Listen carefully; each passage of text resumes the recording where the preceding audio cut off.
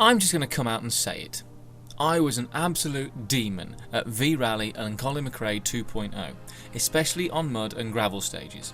So, when I heard I was going to be reviewing Funseeker Labs' newest offering, Art of Rally, I looked forward to sliding sideways around hairpin bends and reliving the glory days of my youth. So, how did it go?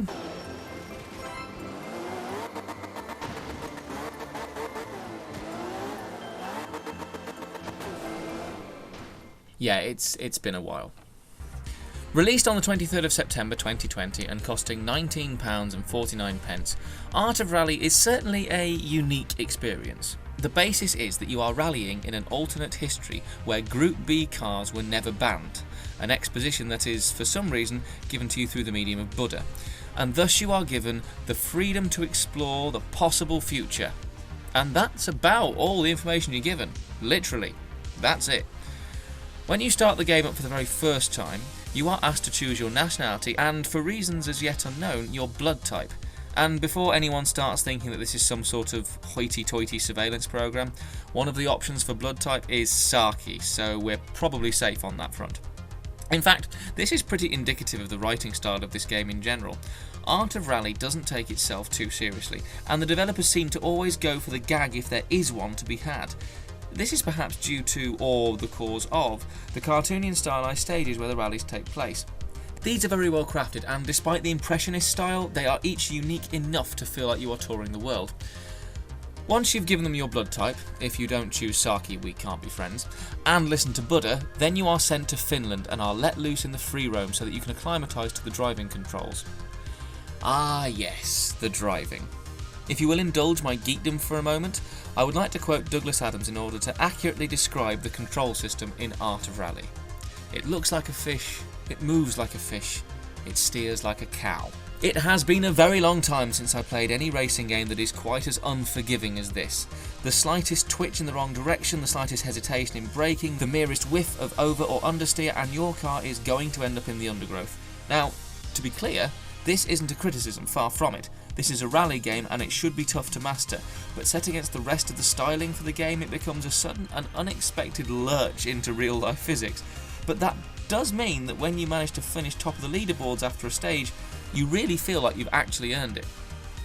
And this is all without a tutorial, remember. No prompts, no hand holding, just a speech from Buddha and off you go. It's the racing game equivalent of Minecraft.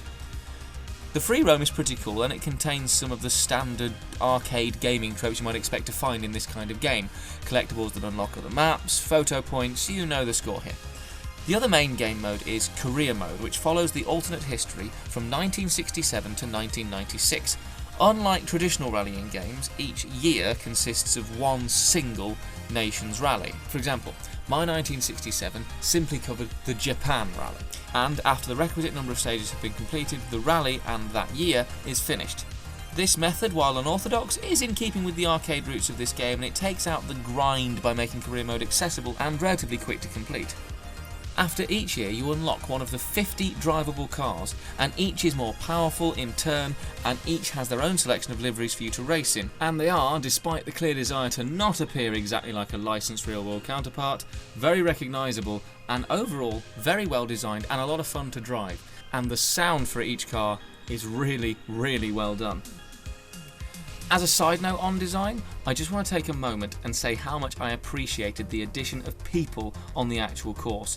It's a small, ultimately insignificant detail, but I just loved it. It could have been so easily missed from a game like this, and people probably wouldn't have noticed, but it is just a neat added detail that I thought was worth mentioning, and kudos to the developer for doing it.